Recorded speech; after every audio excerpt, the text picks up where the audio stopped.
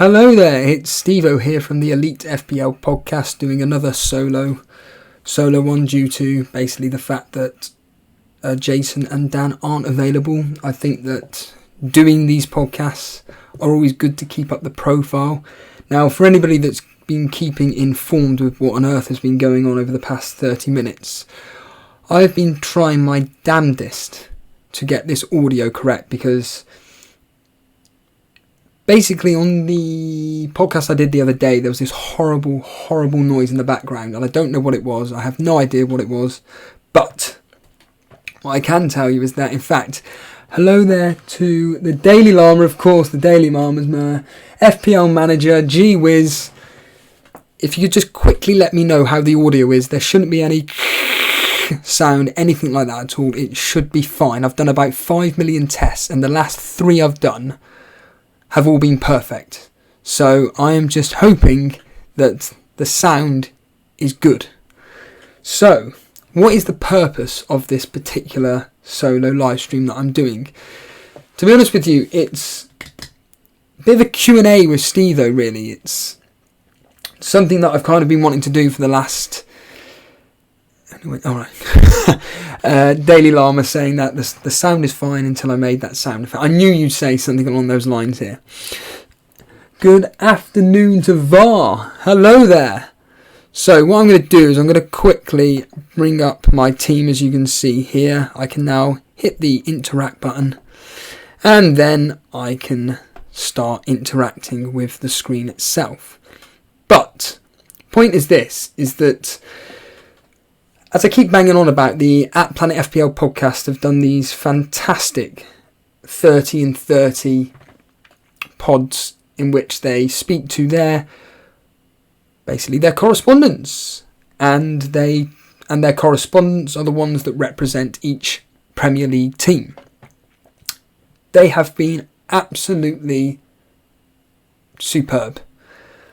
They've all been 10 out of 10, but there's been some which have surpassed that. I know you can't go past 10 out of 10, but there have been some which have been 10 out of 10 gold star. But if you haven't listened to these podcasts, and if you want insight into teams like Sheffield United, Norwich, Aston Villa, Burnley, Brighton, those episodes are goldmine, are almost like gold dust. And I just think you should just tap in, go check them out at Planet FPL. In fact, you know what? Let's just bring them up here for now. I'm assuming that most of you know who these guys are anyway, but for anybody that doesn't know, I will just quickly bring them up on Twitter here. And what we can do is, you guys can, if you want, you can bookmark their stuff, do whatever. Whoops, wrong page. Bookmark their stuff, do whatever you want with their content, but I just highly recommend that if you have issues regarding Sheffield United, Norwich and Aston Villa, Brighton, Burnley, although I am a Burnley fan, but I seriously think you should just go check out those specific podcasts, and you will be able to get real good insights into the teams and which players to pick, really. So there's their Twitter account, Planet FPL. Like I said, they do a podcast. YouTube is just Planet FPL, and I just highly recommend you go and watch, basically, or even listen on SoundCloud if you only do audio. But yes, but that plug out the way, so to speak. But we are an FPL community, and we do want to support everybody's content, let's be honest here, especially the really good stuff. In fact, talking of plugging, I watched Capping Gaming's pod that he did, or video, whatever you want to call it, the other day, reacting live to the game and actually picking his team. Here's Capping Gaming here. If you don't follow him, go give him a follow, go give him his YouTube channel a subscribe. He's another one that put out some really good content regarding picking his 15. He went through it's a 30-minute video, really, really nice.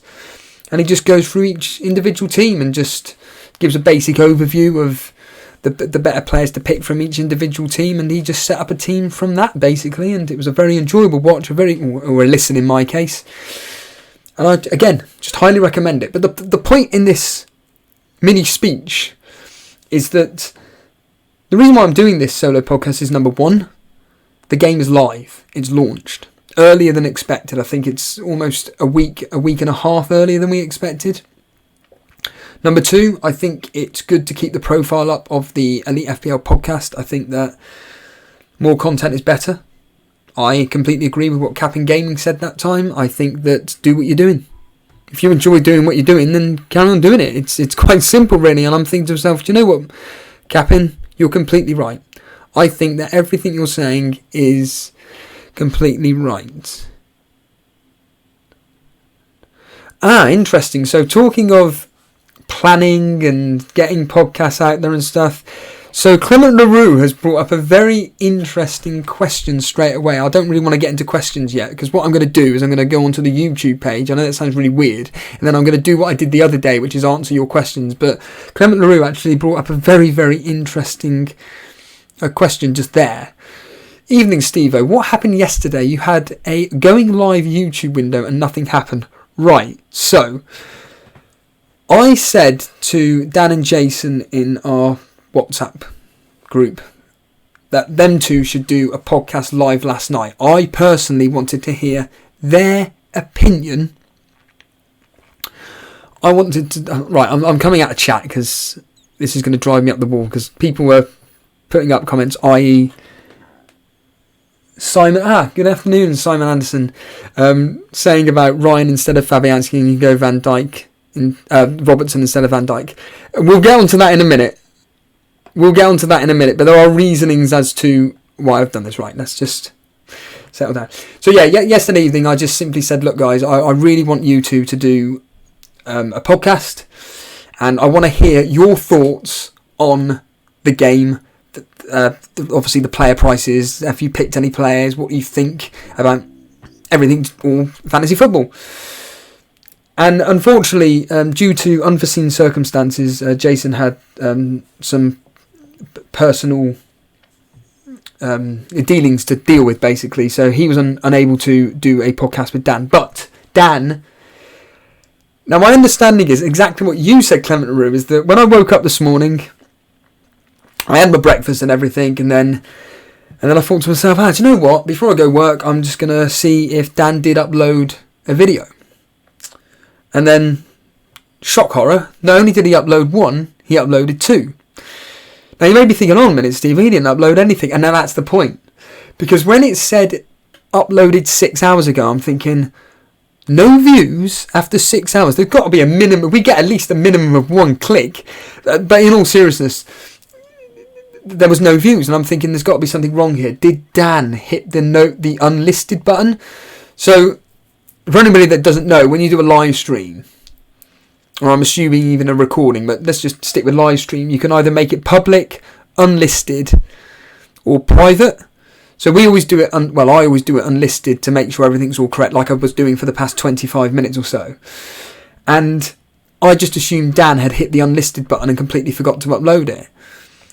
But apparently not. He recorded it or something. Again, I don't know the ins and outs. I can only apologise as to why Dan hasn't uploaded these videos. I can't help you, I'm afraid. All I can tell you is that there will be 2 videos coming out from Dan, and as I look at my phone here, basically they were entitled, I mean, I'm sure you could probably tell me beforehand, but they were entitled something along the lines of, if I hit subscriptions here, home page on our page, and, they've gone. Right, well, they've vanished now, but it was something along the lines of Dan's top 10 players this season to look at, and also Dan's thoughts on the game so far. Something, words to that effect. Well, he's going to be uploading it at some point today, tomorrow. I have no idea, so I can only apologise on that. But like I said, I just thought to myself, right, let's just do a Q&A with Steve-O. If you want to ask me anything to do with fantasy football, or specifically FPL, then go ahead. If you're having issues deciding which players to choose from, i.e. Sigurdsson, Richarlison, Alexander-Arnold, Van Dijk, Robertson, which City asset to get in, what striker to bring in, you get the idea. Please just ask away. I'll be more than happy to talk because it's talking fantasy football. I can see there's already been questions sent in, so I can already straight away get into talking fantasy football. I had on our dashboard the Daily Llama sent in his team, and I don't know what you want me to do with this Daily Llama. I'm assuming just give you I'll tell you what I like doing actually with Rate My Teams is that I give it a score out of 15. So basically, in other words, of the 15 players, how many do I think are good picks for the first 5-6 fixtures or whatever? And I'll just quickly answer this. So I'll just bring it up I can't bring it up on screen. I'm sorry. I know that's really, really bad, but that is on the dashboard there, so you can actually see it there. But so Daily Llama has gone with it. And I'd be interested to hear your thoughts, everybody in chat, on Daily Llama's team. Obviously, a regular contributor to this podcast. But let's have a look, shall we? So he's gone with Lloris in goal, Alexander-Arnold, Van Dijk, Laporte, Ake, and Martin Kelly. Zaha, Matinho, Sterling, Salah, and Sigurdsson. And King, Shane Long, and Manchester United's Greenwood, and his other goalkeeper is Ryan. So, immediate thoughts are surprising that you've gone with a 9.5 goalkeeper combo, or is that 10? It's a 10, isn't it? 5.5 plus 4.5, yeah, it's 10. So a 10 million goalkeeper combo. I'm surprised at that, considering Lloris plays for a top, let's be honest here, top 4 team, maybe even a top 2 team. And he's going to be playing every single game. I think in this specific scenario, I just think that it'd be better to be doing a set and forget goalkeeper. I think that wasting money on goalkeepers is quite literally a waste of money. I think rotation, when it comes to rotation and stuff, it's just such a pain in the backside. I'm sure you guys know that picking and choosing between who's the home player, who's the better performer at home, away, etc., etc., and you always get it wrong. I did it last year. I always played the home player and they always failed, whereas the away player always did really, really well. So I think you're going to give yourself a benching headache there, Llama. Alexander-Arnold, Van Dijk, Laporte, I cannot argue with that whatsoever. I think that is an absolute superb defence. Ake, Bournemouth defence, he's 5 million, isn't he? If we bring him up at the moment, I'm sure Ake is 5 million, and I just think it's a complete waste of money, personally. Yeah, he's 5 million. So Ake at 5 million. I'm not doubting his ability or anything, but I just think that Ake at 5 million for a Bournemouth defender, I think is just a wasted space, personally. Martin Kelly, well, I've got him in my team, but again, that's going to change. We're all looking for that 4 million playing defender at the moment. The talk is that it's either going to be Joel Ward or Martin Kelly that takes Aaron Wan-Bissaka's place, who, of course, it was confirmed today that he has joined United, but we all knew that about 2 weeks ago. So yeah, Ake I'm a bit perplexed at, but again, this is your choice. Again, we got 5 weeks left almost. At the midfielders, Zaha, Matinho. Again, I wonder how much he is. That'd be interesting to bring up. So Matinho, I think is complete. Again, a pointless pick, personally. 5.5 for Wolves. I'd rather have Neves, because I was watching J&O's channel and he brought Neves in the team, and the reasoning being is because he's on set pieces. Now, I know Matinho did actually quite well last year, but his assists and goals, etc., were quite sporadic. So we got 1 goal, if I can read that there, which I can't. 1 goal and 8 assists. That's actually a really, really good return, to be fair, for Matinho, who last season I believe was 5 million. But yeah, I think it's a bit of a wasted spot. But again, it's all down to how you're going to be playing the game, and it looks like you're going to be going with a 3-5-2 formation. But I think there's maybe a couple of better options in midfield at 5.5. Not that I can think of anything off the top of my head. Isn't Gundogan 5.5 as a simple example? Someone that Pep does actually, yeah, Gundogan at 5.5. He's probably possibly a better pick. And you haven't got 3 City, so maybe him. But again, this is just my opinion. You can disagree or you can agree. Sterling, Salah, says it all. And Sigurdsson, I'll bring on to my reasonings as to why I personally brought in Sigurdsson recently instead. Because as you may have noticed, I've changed my team a bit. Only a bit, mind. Again, that team up there, I'm going to actually be going into game week 1 with about 7 or 8 of those players. So, and I'll go on to my team in a minute. But we'll just finish off a Daily Llama with Shane Long and Josh King. I'm going to be getting rid of Shane Long. His fixtures are absolutely appalling. And I can't see him doing anything personally. I mean, look at that. Just terrible. And I was, again, funny enough, I was listening to the Southampton correspondent. I'm sure it's FPL_Gaffer. I'm sure it is. But he was making the point that, at the end of the day, Shane Long had one of his best seasons last year.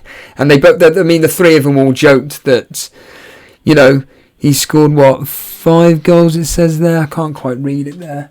5 goals last year. And I think 3 of them came in the last 6 or 7 game weeks, but the point being is that he scored more goals in that season, in the last 6 game weeks, let's be honest here, than he did in the previous 2 seasons. I mean, yeah, he's got a good return there, but I'm sure that was for Reading there. But either way, point being is that I don't think I'm going to be having Shane Long in my team. I was actually potentially thinking maybe Danny Ings. I mean, how much is Ings? Oh, he's 6, is he? It's a bit too expensive, but yeah, again, I'm sure this isn't your final draft. I'm sure of it. This is just quickly my opinion. And then Man United's Greenwood finishing off as the 4.5 striker. Again, I had him in my team actually just to conserve some money. But yeah, overall, I mean, if we're doing it a mark out of 15, I'd probably give it so Alexander-Arnold, I'd have Van Dijk, Laporte, Zaha, Sterling, Salah, Sigurdsson, King, Matt Ryan. Yeah, I'd give it a 9. Oh, Martin Kelly, 10 out of 15. I'd take 10 of those players if I'm honest with you straight away. So yeah, it's a perfectly good team. I think like me, you're going to be chopping and changing a lot, like everybody. I'm stating the obvious. I don't want to come across patronising or anything, but I thought I'd just show you a few of my slight changes just to bring in certain players. So I got rid of Wilson due to the fact that, simply put, I think the 1.5 difference between Wilson and King, you're not getting much difference in returns of points. And am I right in saying that Josh King had a better ending to the season than Wilson? Pretty sure that's the case. And I'm happily... And isn't he on penalties as well? Something like that. So yeah, willing to sacrifice that 8 million striker in Wilson, who, let's be honest here, had an absolute phenomenal season last year. There's no denying that. And if we bring him up here, he's in the top 5 strikers last year, bringing in a ridiculous 14 goals, 12 assists. Obviously, last season he was injured. He got injured as well. So yeah, I liked having Wilson, but the reason why I got rid of him is because I wanted to bring in Sterling. I thought it was a toss-up between Kevin De Bruyne and Sterling, and I just thought to myself, you know what? It'd be madness not to have Sterling. As much as Kevin De Bruyne is a phenomenal player, but I just think about his history in Premier League and his returns are phenomenal. We're talking give or take an assist every game, if not every other game. But that's all you're really getting from Kevin De Bruyne, and you may get a double-digit haul here or there. But I'm stating the obvious with everybody that's watching this. Sterling is just an insane player, and at the end of the day we want a captain choice, and Sterling is that guy.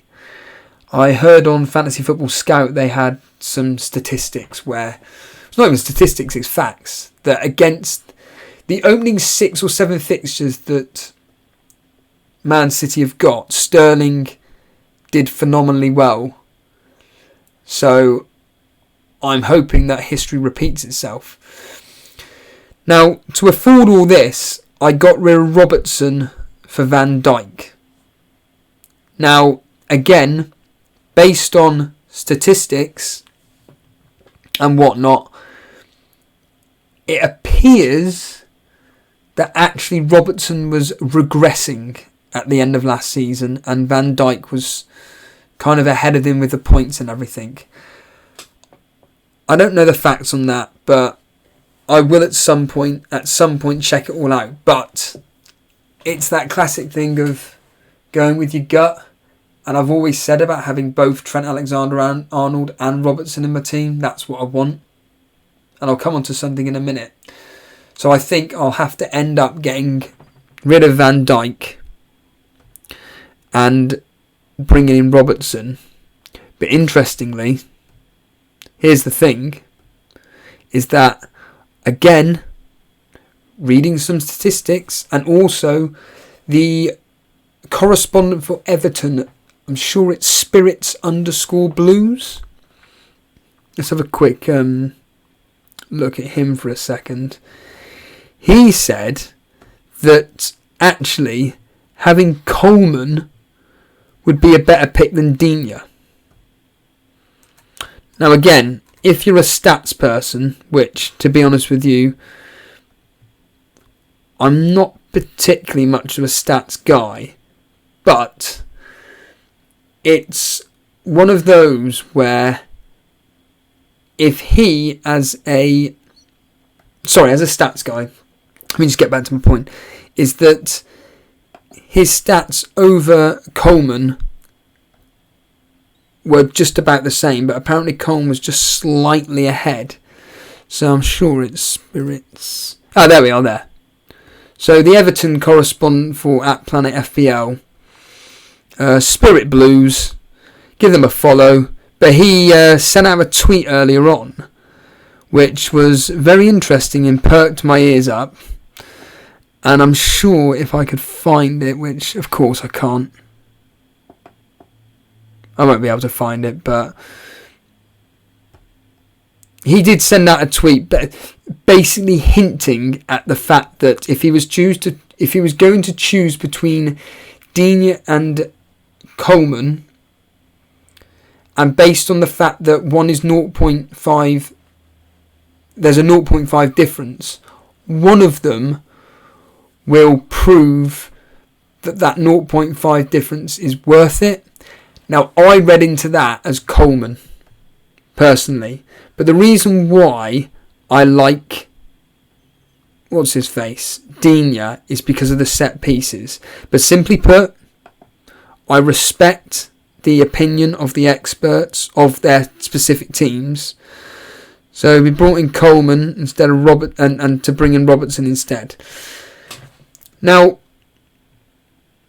I also got rid of Richarlison for Sigurdsson. Now again, it's that classic thing of, well, my gut is telling me to have Richarlison because he performs so well at the start of the season, and let's be honest here, that is true. At Watford, at Everton, he exploded, and then he just filters off into like no man's land. But Sigurdsson is on all set pieces, and we all know how well he performed last year, and I really do think that because of that, set pieces, I'd happily take him. Now then, they're predominantly the changes. The only players that I'm just not happy with are Shane Long and Isaac Success. I mean, Isaac Success especially. I don't want him in my team, and he will not be in my team. Oh yeah, that's what I wanted to say as well. Laporte. Now, again, going with my gut, sorry to keep repeating that, but it's that classic thing of what have you learned from last season? Well, in my case, it's not going with my gut. What is my gut telling me? If Zinchenko comes in at a decent price, bring in Zinchenko.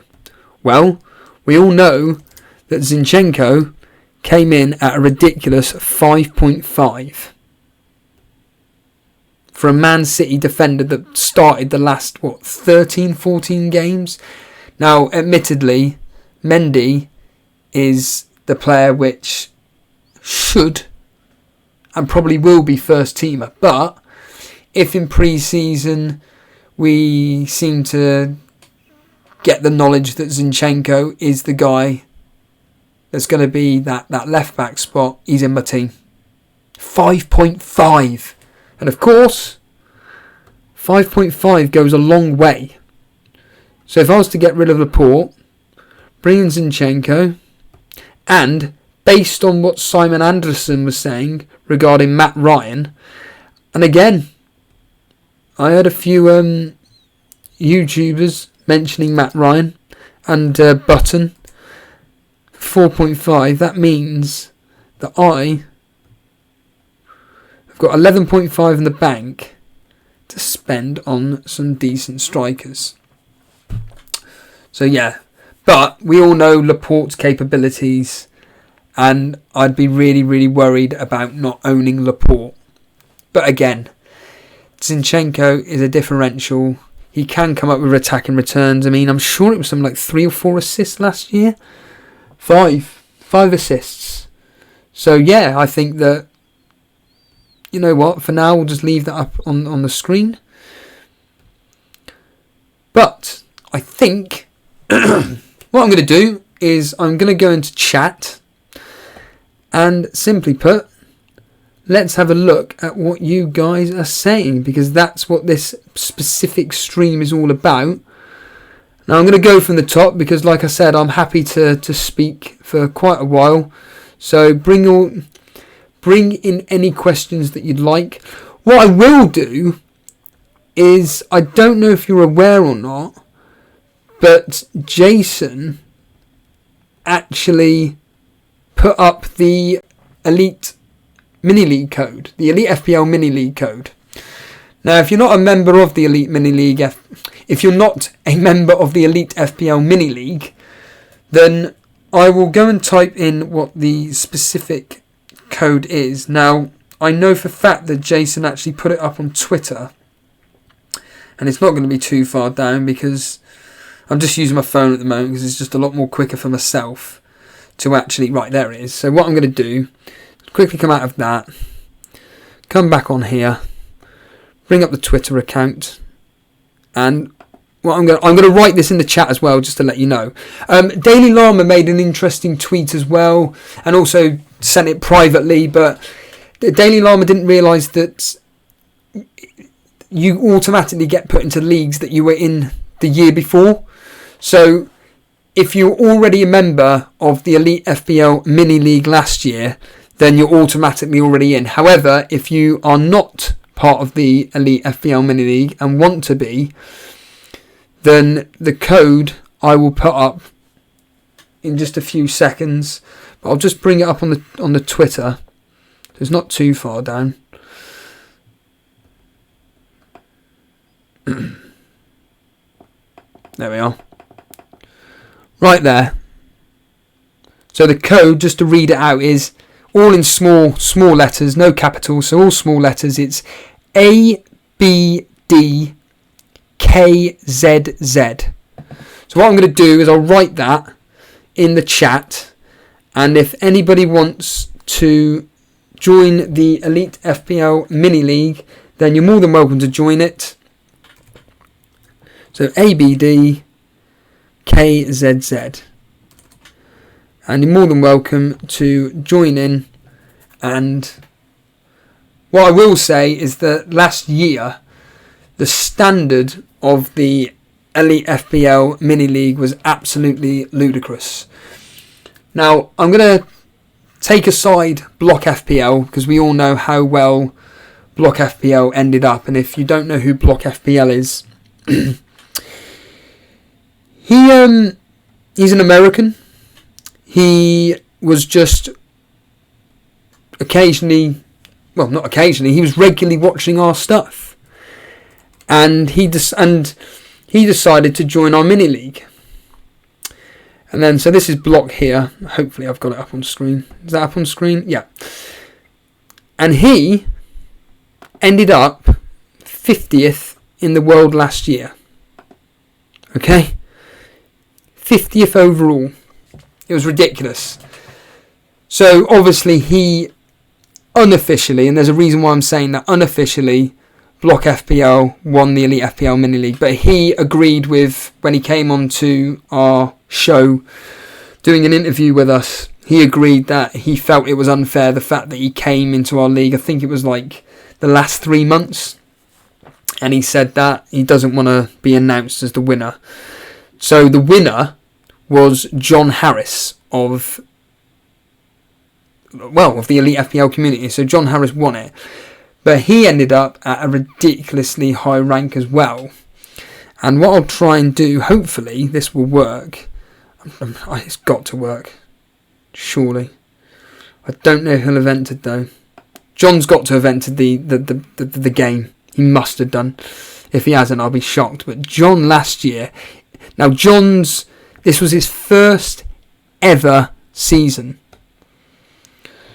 So this was John's first ever season, and he came and ended up in the top 1,000. I mean, there may be absolutely hundreds of people. Yeah, there's going to be too many, but take my word for it. Basically, the standard of this league is ridiculous, and I don't know where these people came from, but basically you had to scroll down to, so when the game ended, you had to scroll down to, what was it? I think it was like 18th place to be within the top 10,000 in the world, which was absolutely ludicrous. That's how high the standard was in that game. So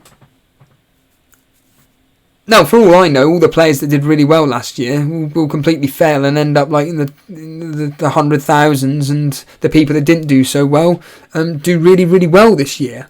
But these are real high quality players, so I'm just going to take it as read, basically, that they're all going to be up to the high standards which we expect it to be.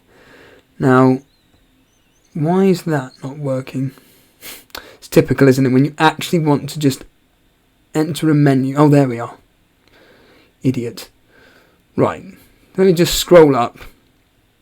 Right then, let's just scroll up and we can finally start answering some questions and just looking at some thought processes. Now, obviously, I'm going to go quite high up here. Here we are. Right. So, number one, I just want to say thank you all for tuning in and watching me live. Now, in the UK, it's an extremely hot day. So I'm based in London, West London to be precise, and I'm near Wembley. Just to give you a general idea of location, I'm near Wembley. But it's extremely hot, and I appreciate the fact that people would rather be outside in the sun than listening to me talking fantasy football. But point being is that I cannot thank you enough for joining me live. So, all we're going to do now is just simply quickly scroll through. Scroll through. If I can actually get the menu thing up. Done. So, Cameron Rawcliffe here. I've gone with a front three of Jota, Aguero and Deulofeu. Thoughts? Certainly heavy hitting. I mean, you're talking what? Jota and Deulofeu at 6.5, so that's 13, plus Aguero at 12. So you're talking 25 million. I mean, it's all down, again, I'm stating the blinking obvious, it's all down to how we're all going to be playing the game. Now, me personally, it looks like I'm going to go with a 4-5-1. That's how I'm going to be, no, a 4-4-1 formation, which is probably how 4-4-1, that doesn't even make sense. A 4-4-2 formation. That's how I'm probably going to end up playing it, because I just think there's just too much value in defenders and midfielders to be ignoring. Whereas strikers this year, I mean, unless you go with a set and forget and then decide to, whenever this particular striker has a favourable fixture. So if we're going to look at the big guns here, and Aguero, Aubameyang, Kane, if you're willing to get Lacazette. I can't think of any other strikers off the top, big premium strikers off the top of my head. If you're going to go with a set and forgetting them, then going with Deulofeu and Jota is going to have a real impact on the rest of your squad. But again, you may be going with a cheap defence. I don't know, but I just think that, buying in with Trent Alexander-Arnold, Robertson, Laporte, Digne, or any other combination you can think of regarding Liverpool, I just think it's too much to overlook, if I'm personally honest with you. But then again, if you look at the fixtures, barring Jota, Deulofeu and Aguero have actually got some decent fixtures. And that's another thing that I'm going to be studying, that I'm going to be looking at a lot of as well. Fixtures.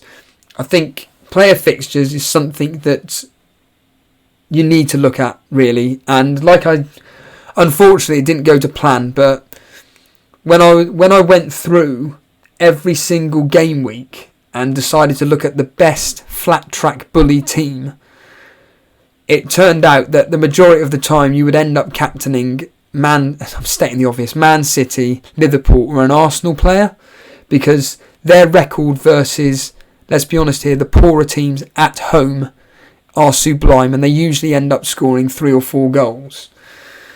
So I looked at it and I thought, well, I'm bound to be captaining, X player from those specific teams. So I think going on the fixtures is something that is absolutely almost a must, really. Simon Anderson there, obviously talking about his own team there, thinking of... no, in fact, I think he may be talking about Daley Lama's team. So Daley Lama there, I think you're acknowledging the answer anyway, but Simon Anderson is suggesting maybe getting rid of Lloris and bringing in Button so you don't have that headache and just set with Matt Ryan. At the end of the day, clean sheets are a lottery, and I mean Tottenham, FPL Boona, you'll be able to clarify this, but Tottenham have a very, very good defensive record, but they do like to concede. So I think that it's one of those where I would just hold back on a Tottenham defender, or in this case a goalkeeper, because barring save points, you're not going to get much. Although ironically, Ryan for save points is an absolute joke. Notorious Nerd, and basically just summing up what I just said there, Notorious Nerd going with Ryan and Button. So, Cameron Rawcliffe saying that I've got Robertson, Trent Alexander-Arnold and Laporte at the back. I've got 5 million. Who shall I get as my last defender? £5 million, eh? Defender-wise. Off the top of my head, God, 5 million. I can't even think of anybody for 5 million off the top of my head. Anybody decent? Again, that's off the top of my head. Maybe we'll come back to that in a minute if I can remember. So here we go. This is great. A lot of the conversation is actually between you guys. So a new face in the chat here. If you're still watching live, George Scaife, Richarlison or Sigurdsson. Well, I've gone with Sigurdsson for now, only based on set pieces. That is the only reasoning as to why. I think that Richarlison, at the start of the last 2 seasons, have done really, really well. In fact, he's done phenomenally well. So I think that it really is a toss of the coin, but I'm personally going to be going with safety. Also, not to keep banging on about it, but Spirits_Blues, the Everton fan, the at Planet FPL podcast did say that it'd be better going with Sigurdsson due to that specific price tag. Traveller Videos, if you're still watching, what rank did you finish last season? Oh, don't remind me. 22,000 I ended up, but people like me and FPL Boona, if you become a regular viewer, Traveller, basically FPL Boona's one of our hardcore followers, and me and him kind of were in the same boat, so to speak. The only difference being is that the last 7 game weeks I basically had red arrows, and I went from, I think it was, let's just round up, 4,700th, and I ended up 22,000th. I've spoke at length about it. I'm not going to bang on about it, but am I bitter? Yep, I'm still bitter about how last season ended, if I'm honest with you. I felt that I concentrated too much on my co-host Jason's team, too much. My co-host, just to let you know, he ended up, I think it was, what was it, everybody 1,700th, give or take. So yeah, he had an absolute outstanding season. For me, 22,000 is not quite average. My average rank is roughly, 70,000th. So last year wasn't my highest rank I've got, but it was certainly, I think it was my second or third highest rank I've achieved. I've been playing the game for about 6 or 7 seasons. I mean, I could bring it up, but not for now. But yes, I ended up 22,000. And when you look back, it's funny. Like I keep banging on. I'm sorry to keep banging on about it. When at Planet FPL have their correspondents on and have them talk about what they specifically their correspondence ended up as. It's like when they say about having 100,000 finish and everything. Like, so at the end of the day, it's quite a respectable rank, especially in the climate that we're going through at the moment. Right, any more questions in chat?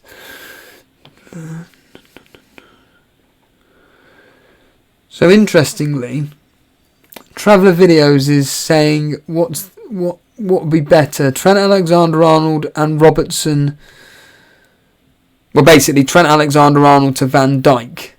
Would you do it? I'm assuming just to save money, and the simple answer is no. I would stick with TAA and Robertson, if I'm honest with you. Talking of Zinchenko, Traveller Videos mentioning the fact that Pep will probably rotate Zinchenko. I agree. I'm only basing it on last season's end of season where Zinchenko pretty much nailed his place down. But again, until we see pre-season and hear thoughts from other Man City correspondents, then I can't specifically go into direct detail about, one of these things of will he be rotated or not, because the simple answer is I don't have a clue. Bring it all down here. Predominantly, it's a lot of, not many questions specifically for me, but I know there was something. Traveller Videos again, thoughts on Arnautovic. God, he's such an annoying player, isn't he? Arnautovic, he's one of those where it's very frustrating to own. If we were to bring up wrong button. If we were to bring up Arnautovic now, he's consistent at being inconsistent. He's more of a troll than what Hazard was, if I'm honest with you. Arnautovic is one of those players where you'll consider, you wouldn't do it, but you'd consider captaining Arnautovic versus Burnley or Sheffield United or something, and at home he'll do absolutely nothing. And then when Arsenal or Liverpool, Man City turn up at the London Stadium, you decide, you know what, I'm not going to even play Arnautovic. I'm going to put him on the bench. That's when Arnautovic will come up with a goal and will come up with a double-digit haul. He's a very, very frustrating player to own, basically. And he's not one of those players like Hazard where you would just keep him in the team throughout the whole season and just be like, right, there we are, done. Because at the end of the day, Hazard was consistent with his point scoring within reason. Arnautovic isn't. It's like, what, a goal every 3-4 games? And like I said, they're so sporadic that it's just a waste of money, to be honest. But their fixtures, again, ironically talking to Man City at home. Man City at home, but then he's got a nice set of fixtures with Brighton, Watford, Norwich, Aston Villa. Man United even. Man United at home, isn't that tough of a fixture? So actually, if you're willing to spend 7 million on Arnautovic, hey, why not? I think not a bad choice at all, really. I can just see instantly there that Clement LaRue is leaving. So thank you so much for joining me, Clement. I really, really appreciate the fact that you've come in and basically watched the stream with us. A few things here. Clement LaRue, just before he leaves, I'll answer his question, of course. Christensen for 5 million with Rudiger still injured. Do you know what?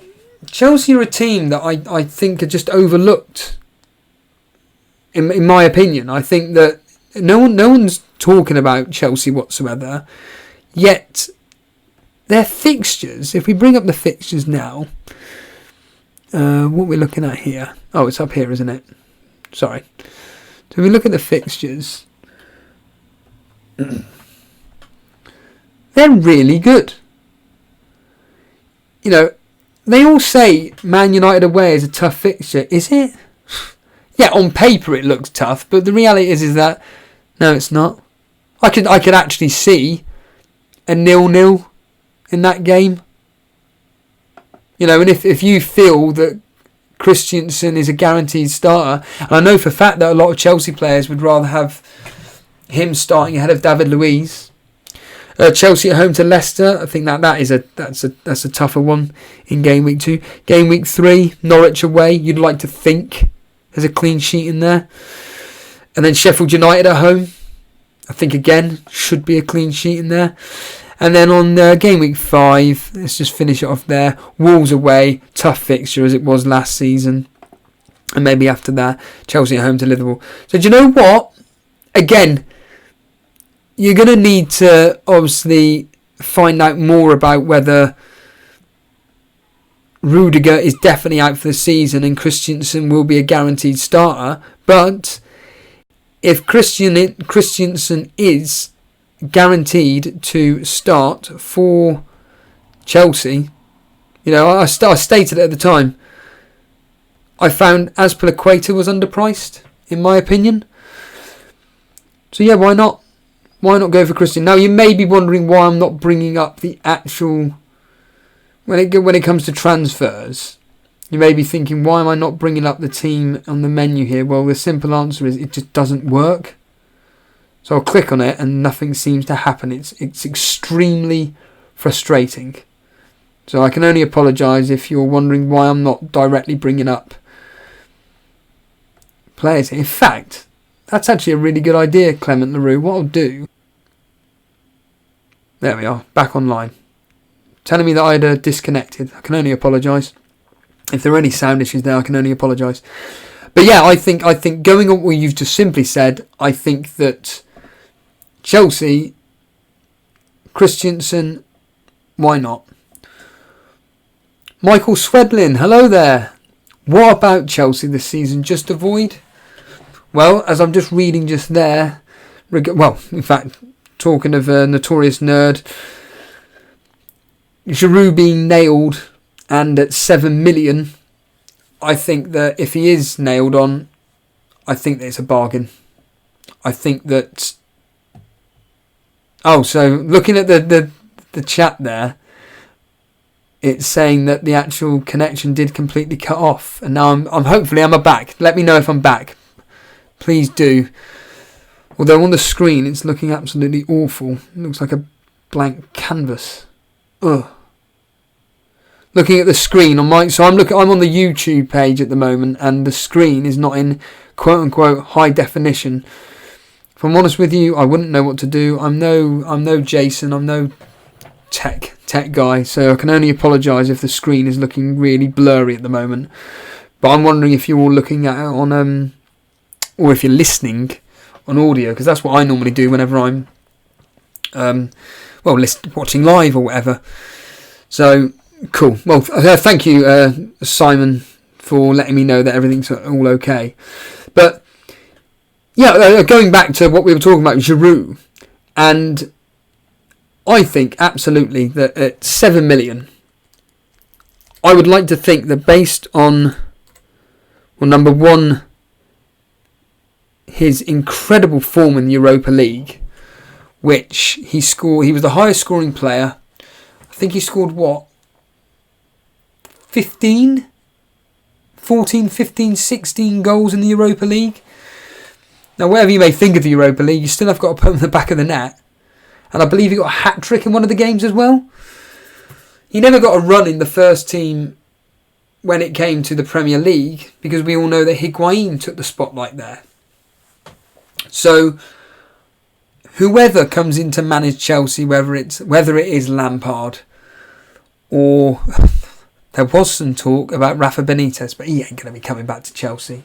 Not after what happened last time. Chelsea fans don't want him either. The basic understanding is that Lampard is the man that Roman Abramovich wants. So I'm just going to assume that Lampard is going to get the job. And I think my opinion on Chelsea for next season, and obviously we're going to be doing a preview for the season, the upcoming season, but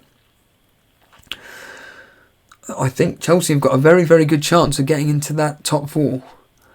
Again, I think that next season you've got the usual suspects of City and Liverpool top two. You just can't look past them. Chelsea under Lampard is tough. My basic knowledge of him at Derby was that he was very lucky to get into the playoffs. So I think maybe it could be wise to, if you're interested in Chelsea and Lampard does get the job, I mean, I'm sure Fantasy Football Scout will put up some form of article about how well Lampard did at Derby. But my basic understanding is that he was just okay. You know, for his first ever managerial job, yeah, he did really, really well. But the basic understanding is that that's it. He did okay, and then is he really good enough to make the step up to Chelsea, a Champions League team? The jury's out. I really can't comment. But certainly, them Tottenham, they're going to be in the certainly pushing for third and fourth easily. United, well, no disrespect, but they're just a joke at the moment. You've then got Arsenal, who again, I think that they need to be buying a defence. Playing in midfield and up front is perfectly fine. They've got no issues in that area whatsoever. But when it comes to defence, just an absolute shambles. But again, they are going to be pushing for that top four spot. But I just think that Chelsea and Tottenham, I'm stating the obvious, Tottenham easily have the quality to be in that, challenging for the top. Certainly the top two. Easily challenging there. And I think Chelsea will be right up there. So certainly Christensen, going on full circle with that, I think Christensen and Giroud are absolutely really, really good picks. And I would highly recommend, if you fancy bringing them in as a punt, I mean, why not? I think like we all say, game week 1 to game week 4 are punts. At the end of the day, that most people usually wildcard by game week 5, 6, 7, because we get a general idea of, let's be honest here, it's the cheap players who we want to get rid of. We find out who the nailed 4 million players are. We find out, for example, actually, I'll keep Fabianski. I'd rather keep Fabianski because I know he keeps some save points. But yeah, we find out who the cheap players are. We know what players are in form, what players aren't. I'm stating the obvious, I'm fully aware of that. Let's get Robertson back in. That player. And who's the other player? Coleman. Yeah, we all know who's performing well, so I think that... Whoops. Oh yeah, that player. Done. That's better. I think certainly... Go for it. Take a punt. I think you're almost persuading me to bring in Christensen, to be honest with you. Because I've seen some people, they're thinking of actually going with only one Liverpool defender. In fact, there are some people thinking of only going with 2 premium defenders. Now, I used to do that in the past. I used to go with 2 premium, 3 4.5 rotators, and then spread the funds across the rest of my team. This year, I don't want to keep banging on about, I just think this year there is just so much quality, as we know, in defence from the likes of Liverpool, Man City, Everton at the end of last year. What was it? They kept like 7 clean sheets out of 10 the last 10 games, something ludicrous like that. So I would like to think that Everton can keep that form up going into this season, especially with their fixtures. If we bring up their fixtures right now, just look at that. That is ludicrous. Just a sea of green. So I'd like to think, like I said, they're going to keep up the good work. It's just a case of which defender to get really out of Coleman and Digne. Like I keep banging on about, you'd be mad to not own Salah. I mean, at the moment, if we look at his ownership, it's what, 37%. 37% of this game owns Salah. I mean, we're nearly talking half the players that are in this game so far, which is at the moment 260 odd thousand. Almost half have got Salah. You'd be mad not to have him, because at the end of the day, he's going to be the captain for everybody. Unless you really, really do feel that someone's a better option, or you just don't own Salah, but you'd be mad not to be captaining Salah. Again, I think these mid to high range midfielders are worth every penny. Fraser, we all know what he did last year. Sigurdsson, we all know what he did last year. Again, could easily swap to Richarlison. It's just the strikers. Like I said, I'm going to be getting rid of Long and Success. I mean, they are absolutely useless. I mean, as I keep banging on about, I would love to be able to bring up the menu here. It just for whatever bizarre reason, it just doesn't work. So I can only apologise not being able to actually bring up full squads. I may look into that actually, or I may speak to Jason about that. So yeah, if you got any more further questions or whatnot, by all means you can ask away. I think really it's coming to the end of this stream, to be honest with you, but everyone's skipping premium forwards. That's a nice question by Michael Swedlin here.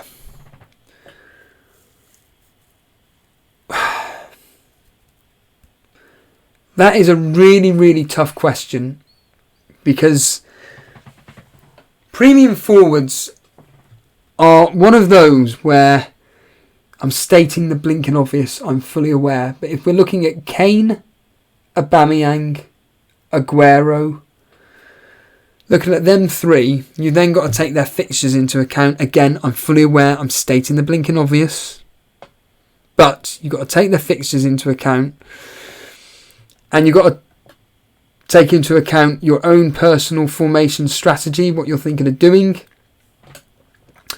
You've got to take into account which other spots you're going to lose out on. And if I'm honest with you, I just think that Sterling will get better returns than Aguero to start with, give or take. I'm not suggesting for 1 minute Aguero is going to do nothing. Oh yeah, he'll be scoring the goals. What is it, every season with the high teens when it comes to goal scoring? We all know that. I mean, if we bring up Aguero here as an example, I mean, look at that. It's just absolutely ludicrous. 21, 21, 20, 24, 20. So actually, I was being a bit unkind to him there. He's got a minimum of 20 goals in the last 5 seasons. So that's a guaranteed. But we all know that, I'm stating the blinking obvious again, that I'd rather have Sterling just because based on his explosive potential and the fact that he's a midfielder and really he matches what Aguero does. I remember owning both last season, and I'd occasionally captain Aguero over Sterling, and it was just the biggest mistakes that I ever made. I remember when Sterling got the hat trick versus Watford. Who did I captain? I captained Aguero, who returned me a measly assist. Whereas Sterling, he got his hat trick. And that happened quite a few times. Not getting a hat trick, but getting double-digit hauls ahead of Aguero. Now, did I pick the right captain? Well, I always say this, that a successful captain to me, and I'm stating the obvious, is someone that gets me a minimum of an assist. I always like to think that is you've picked the right captain. But when you create yourself a headache when you've got 2 players from the same team, especially in the attacking front 3, or the attacking part of it, having both Sterling and Guerrero is just a headache that you just don't want to have, really. So that's why I'm going with Sterling. Harry Kane, we all know his quality. We all know he's the main focus of Tottenham.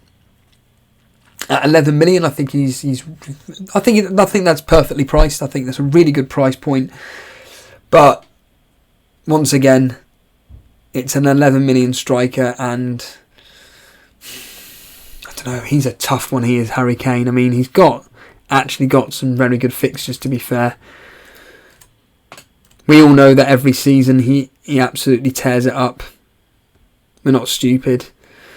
I mean, barring Man City away, can I see Tottenham scoring? Absolutely. Why not? It's just the fact that he's playing a different role for Tottenham. But he did last year. He played a different role for Tottenham, and it's a bit worrying. The fact that he's playing again, I'm no expert. If FPL Boone is still there, I'm sure he'll be able to tell you in chat something completely different, or be able to clarify what I'm saying. But he's playing a more withdrawn role. But it's Son that's getting more advanced. And the problem with Son is that he's actually a midfielder. So Son's going to take up a midfield spot. And if you were to ask me who would I choose between Son and Kane, it'd be Son. If I'm honest with you, I just think that due to the fact that number 1, he's a midfielder, and number 2, he virtually plays in a 4-4-2 or a 2 up front with Harry Kane. A bit like the Jota and Jimenez role, isn't it, really? So yeah, I think Harry Kane, not for me. Aubameyang, though, he's the one which we all know his history with Borussia Dortmund. We all know what he did for Arsenal last year. Of course, there's rumours that he is a target for Man United. I don't think that will happen whatsoever. But yeah, Aubameyang, again, another tough one. It's just down to the fact that whether you can trust Arsenal in their fixtures. And do you think that... I mean, Aubameyang's another one where he's a set and forget. If you got him in your team, you do not bench. I'm stating the obvious there. But almost captain him at every home game. Opening fixtures aren't too bad, but we know what Arsenal are like at the top teams. Liverpool away, well, we all know that's probably going to end up 4 or 5 for Liverpool. Tottenham at home, local derby. But like I made this point before, Arsenal are flat track bullies when it comes to teams like, not necessarily Newcastle away, but Burnley at home. Although ironically, Burnley at home is usually quite a tough game. Although wasn't it 3-0, 3-1? Quite an easy victory at the Emirates last year. Even though I think Dan said we put up a bit of a fight, the scoreline was a bit too kind. But I think if we're looking at Aubameyang, we're talking these fixtures here. from game week 8 onwards. Bournemouth at home, you can see a double-digit return there. You know, you've got Southampton at home, you can absolutely see a double-digit return, and Brighton at home, Albion, again, a double-digit return. So really, I just think it's a question of how do you bring these players in when if you have got premium, if you are looking at your premium midfielders. Unless you're willing to sacrifice an Everton midfielder, bring in another cheapie like for, I don't know, Maddison as an example. Admittedly, he's only 7 million, but if you can move your funds about a bit, then maybe, why not? Have someone like Maddison and everything, but I think that the majority of people that are, how can I say this? I don't mean this in a patronising way, but the ones that look at this seriously, I can guarantee you now, in fact, if we were to look at these players' ownership now, so Coleman as an example, he is at only 3%. That's a nice differential. Robertson, 37%, so just like Salah. I'm assuming Trent Alexander-Arnold will be the same. No, he's only at 30%. Taken aback by that. Laporte, only 20%. Fair enough. Ryan Fraser, 21%. Sigurdsson's going to be an interesting one for me. He's at 15%. Sterling, 22%. You know, so actually they're not even reaching 25%. I mean, what's Aubameyang's ownership as an example right now? 14%. Be interested to see what Harry Kane's ownership is, considering 21%. I'm assuming that's based on his price. Okay. I mean, maybe there is something in it where people are actually maybe playing a 3-5-1 formation, a 3-4-3. But that's, even though it's the most favoured formation, 3-4-3. I think that, like I said, I don't want to keep banging over the same point, but I just think that there's too much value in midfielders. But again, Sterling, Salah could be absolutely rubbish this season. They could start off the first 2 or 3 game weeks not getting anything, and people like myself are like, oh my god, and for example, Aubameyang and Kane are tearing it up, and it's like, oh my god, I'd rather have them two than Salah and Sterling. We ain't got to have a clue, but for now, based on all the information that we know at the moment, that basic setup there, I would like to think is within reason, give or take what the majority are doing. And as I've said, 30%, I'm rounding it up or down, nearly 40%, 30%, 20%, nearly 40%, and 20% for these players. You've got to have them in your team, else, because if not, if they explode, then your quote unquote rank is going to be thingy. Who's the most owned player? Are you asking if it's Robertson?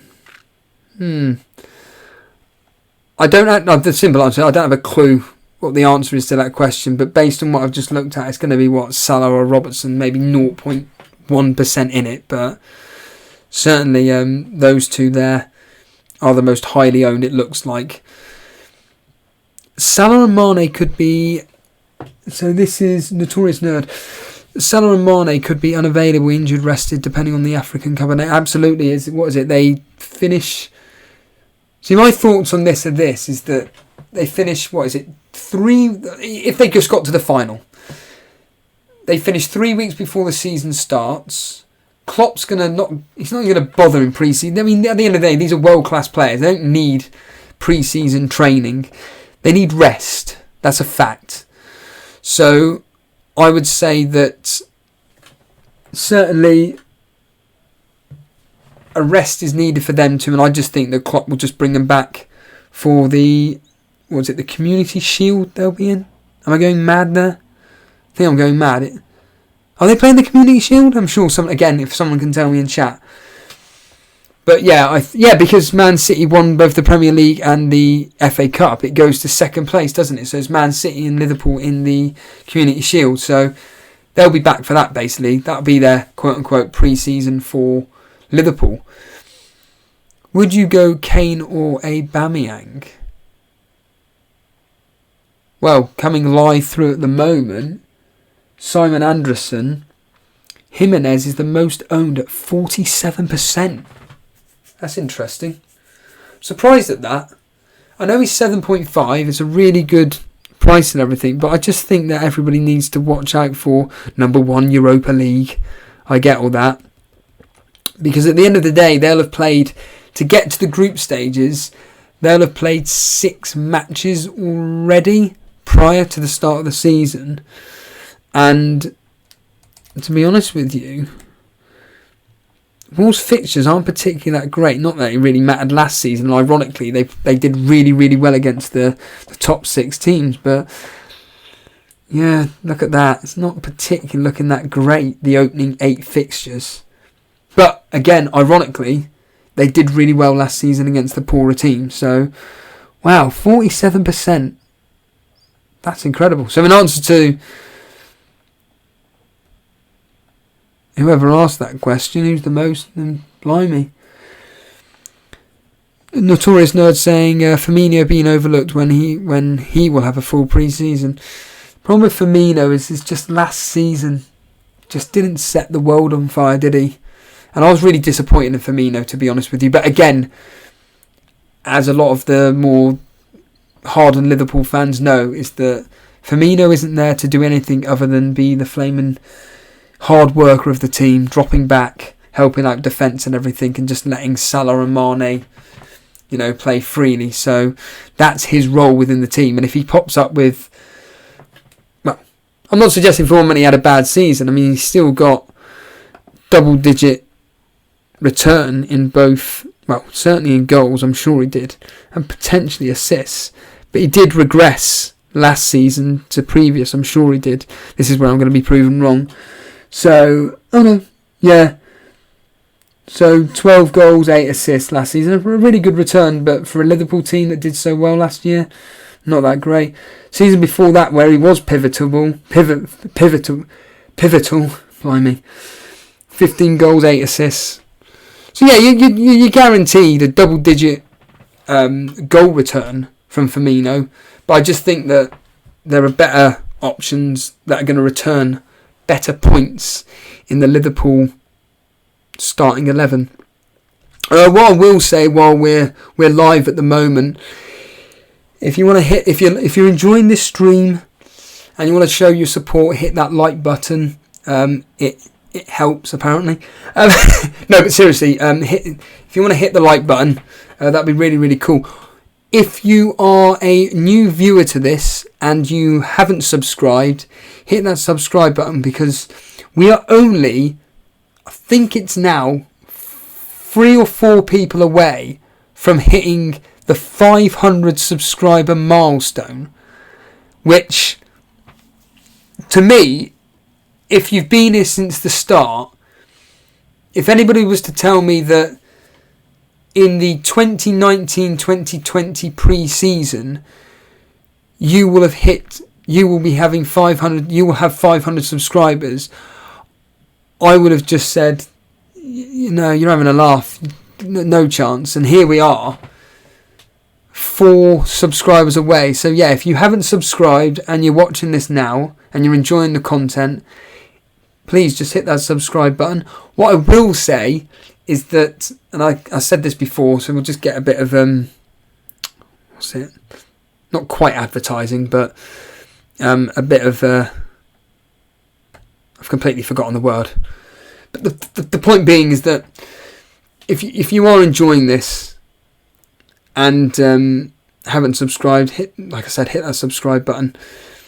We are normally a threesome. That's what I wanted to say. So normally it's myself, Dan and Jason that does a live stream. That's as simple as it gets. And that's another point as well that I want to make clear, is that all our videos are live stream, because we want to be interactive with you guys. We want to make the show about you. I don't want to be sat here talking not by myself, but just talking without interaction with you guys. If it weren't for you guys, we wouldn't be here. So what I do want to say is a massive thanks to you guys for interacting with me today. But yeah, like I said, we're normally a threesome. We don't do recorded videos unless it's absolutely necessary, like it was last season. We always do live streams because we want to get interactive with you guys. And yeah, the reason why it's been solo podcast for the last 4 or 5 streams is because, number one, I'm treating this like pre-season. I'm trying to fix the bugs like I've done today, where, for example, there were really bad audio issues. I've sorted that now, hence why it's such a clear sound. And I've completely lost track of where I was going now. Yeah. And yeah, I just want to fix all the bugs and everything so that when we do go live next season, everything will be airbrushed out and it'll be all cool. At some point, Dan and Jason will be in your face. Again, I can't comment when. I'd like to think, speaking of Daily Llama, Clement LaRue, you were asking about Dan's uploads. Again, I can only apologise. I don't know when he's going to be doing it. I'd like to think it is sometime this evening. He may be even doing it now. I don't know. But I'd like to think that he will be doing it sometime this evening. So then you can hear his thoughts on the player prices, what he's going to be doing with his own team, etc., etc. So that's going to be really interesting. I really can't wait to hear Jason's thoughts as well. That's going to be really cool. Another thing, admin. That's the word I'm looking for. Let's get this admin out of the way. I will re-put up our,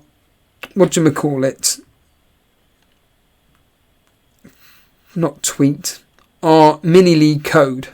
So if you would like to join our mini league, then all you need to do, and you haven't joined, all you need to do is obviously type in this code, which is ABD KZZ, and what I'll do is I'll write it in the live chat as well. So for anybody that's watching this live, I'll write it up in chat, and you can just enter our team there. What I will say is that next season we are going to be doing a cash mini league. Now, admittedly, the Cash Mini League is one of those where we need to keep it private. And I don't mean a private league. I mean we can't really talk about it live on air, apparently, because it breaks the YouTube rules and we don't want to be taken off due to gambling laws or something like that. So what we are going to be doing is that we will be releasing all information via our Twitter page, to be honest with you. We will release all info through Twitter. And if you don't know our Twitter handle, it's quite simple. It's at EliteFPL. Once this works, which of course is not. I don't know why that's not doing anything. No, you're not going to work. Brilliant. Oh, that's why. I'm being distracted. Nick Reed there. Well. Good afternoon, Nick. Enjoy Paris, mate. Welcome to this live stream. Are you enjoying the new setup? That's the question. Are you enjoying? I'd like to know. Let me know your thoughts in the chat. How you think of the new setup? I'd like to think that you're enjoying the sound. That's the biggest change here. But yeah, here's our Twitter account, and there is the code for anybody that wants to join our mini league. Once again, if you're in there last season, you're in there last season. But yeah, we will be releasing details once Jason's basically up and running again. We will have details of the Cash Mini League once it's all set up. We are going to be putting the price relatively accessible. Like I said, I'm not going to reveal anything on here, but we will tweet out all the information. If you're part of the dashboard group, I'm not much of an expert on that, so I don't know how to give details about that. I can only apologise, but the dashboard is quite simply a more quote-unquote private area for hardcore. You don't have to be a hardcore follower of the Elite FPL, but 99.9% of people that are going to be in that dashboard group are going to be the hardcore following. And we've got a lot of exciting plans. Well, Jason has regarding the dashboard. Again, me and Dan aren't up to scratch with how this all works, but apparently it will make our show even more interactive than what it is now. So I'm really hoping that next season, not only will we be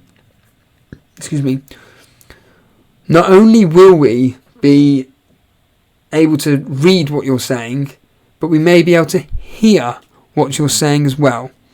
So I'm wondering if any of you guys will have the nerve to actually speak to us next season. Who knows? But just a few more admin things to get through. At some point in the coming weeks, we will be doing interviews with the community. So they'll be coming up, and we're just going to be obviously discussing with the prominent figures that are within the Elite FPL group. People like FPL Booner, John Harris, Jack Gleason, Capping Gaming. We certainly will be doing something along those lines here. Notorious Nerd, you, Jason, and Dan and Block should try a draft mini league. That's the one where you only get to choose one player. This is me personally. I only have time for this specific game here. I have no time to be playing any other fantasy game other than FPL. That's a simple fact. In fact, you've just reminded me, Notorious Nerd.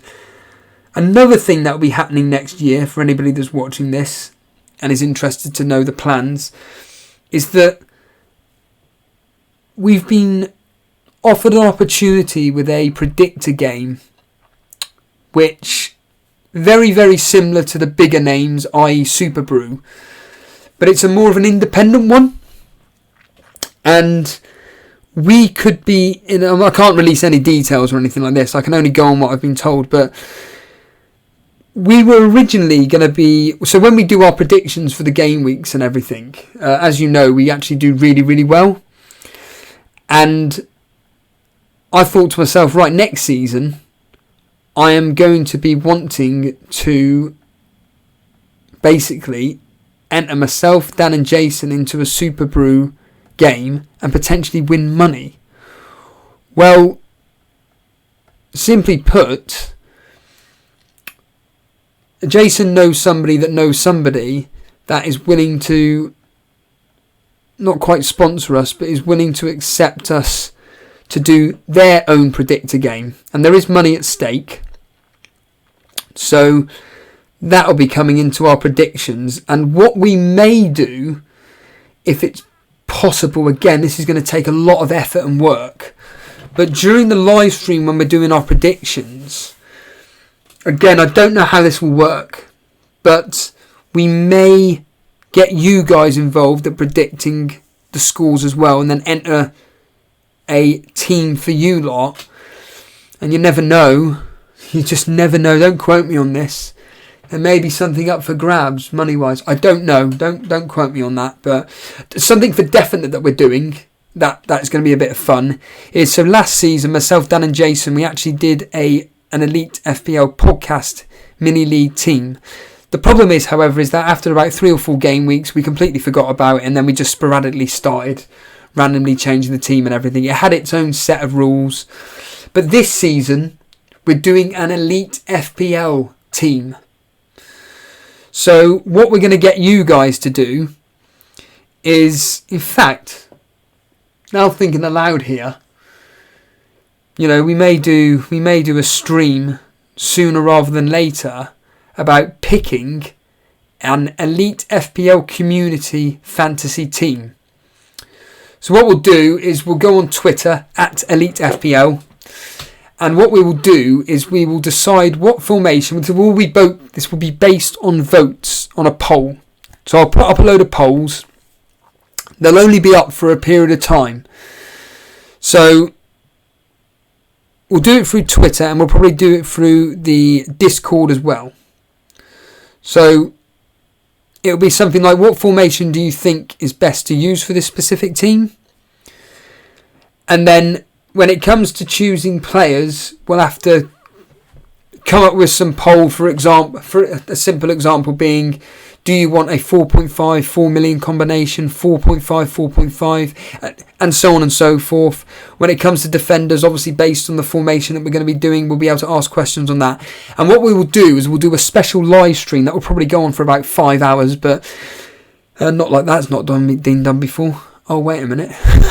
No, but seriously, what we're going to do is we're going to get you guys to then do a live team on a live stream, and then we're gonna obviously enter that, and that'll be in the Elite FPL mini league, because all it will do is it will just take over the league that the team that we did last season on that account, and that'll be the Elite FPL mini league. That'll be the Elite FPL community team. So that'll be really, really interested to see how far the rankings that gets. If we all take it seriously, that'd be really, really interesting to find out how far up the ranks with such a...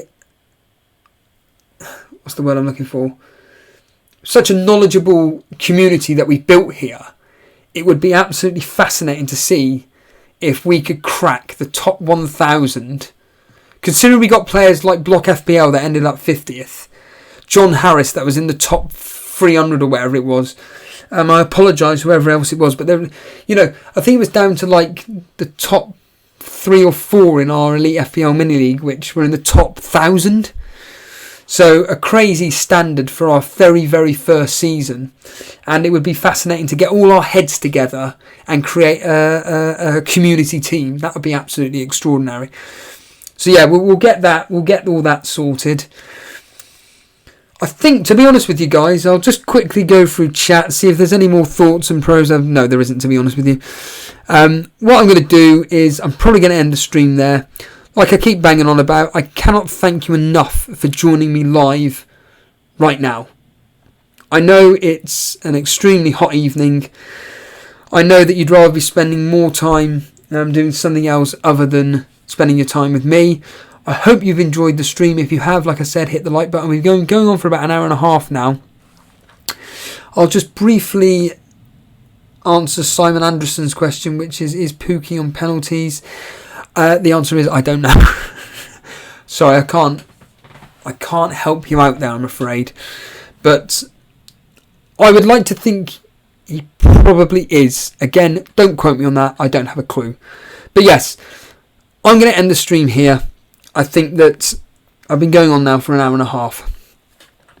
So if you want to stick around for the final plug for our social media and various other things, by all means, please do. But no, thank you, Simon Anderson. I can't thank you enough for streaming. No, to trust me.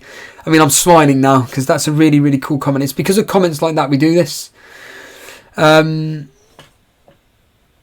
Michael Swedlin, that's lovely. Again, this is the reason why we're doing it. Not so hot over here in the middle of Sweden, but a great stream. Thank you for those comments. It's comments like this which is the reason why myself, Dan and Jason do this. I don't want to keep harping on about it, but the reason why we started this YouTube channel is because we just thought, rather than posting up private videos in a Facebook group which involved all the people that were part of the Torbay Elite Mini League, we just thought, why not just put it on YouTube? Well, it was Jason's idea, really. Why not just put it on YouTube? And we did. And here we are now, almost hitting 500 subscribers. Like I said, talking of which, if you haven't subscribed and you've enjoyed this stream, just hit that subscribe button. And at some point, you will be able to see the 3 amigos. And you won't. And on that stream, I'm telling you, I'm not going to speak. Don't hold me to that, by the way. But I'm going to try and avoid speaking. It's going to be very, very difficult because I just want to hear Dan and Jason speak. So basically, I'll be there just listening in. But I personally don't know when the 3 of us will be back. But certainly the 3 of us need to sit down with each other. We're all in different parts of the country. But we do need to get together, the 3 of us, and sort out when we're going to be going live. But keeping up to date with us, the best way to keep up to date with us is at Elite FPL on Twitter. Twitter is pretty much me. I'm the one that takes control of that. I really, really enjoy Twitter. I think it's absolutely fantastic. I think that Twitter, ironically, for me personally, is one of the best things I've discovered. Now, I'm a complete technophobe. I hate social media. Cannot stand it. Nick Reed will be able to, if he wanted to, post a comment about what I think of, social media. I cannot stand it. But, whoops, there we are. I cannot stand social media, but what I do like is Twitter. I think Twitter is absolutely superb. I think that the interaction you get is second to none, to be honest with you. I think at the end of the day, I'm stating the blinking obvious here, but at the end of the day, it's all about who you follow. And me personally, I've decided that the Elite FPL will follow people that are informative, that actually give us something to benefit from. So I had to go through, in fact it doesn't matter, I don't need to go into that. So yeah, if you want to get all information regarding when we're going live next, what's just happening in general with the Elite FPL podcast, quote unquote funny videos or whatever, then just give us a follow on Twitter. But predominantly we do all our advertising when we're going live through this, to be honest with you. Instagram, we do use it. If I'm honest with you, I'm going to call him out here. Dan is the one that decided to take charge of the Instagram. But due to the fact that he's pretty busy, it's pretty inactive. It's active enough for advertising, but barring that, I'm going to be honest here, I don't really go on it much. But Twitter is where you'll find me, and I'm the one that's 99.9% of the time, I'm the one that's going to be, that corresponds with comments and polls and all that malarkey. I think, other than that, I can't thank you enough for watching. If you're watching on the replay, hit that like button if you're enjoying it. By the way, as Dan always says, actually, that's an interesting point. Again, here we go, Steve-O. What did John Harris say that time? Steve-O's wrapping up. No, he's not. He's going to talk for another 2 hours. Great. But in all seriousness, Dan always says this, and actually this is really, really important. Something that we pride ourselves in is listening to you guys.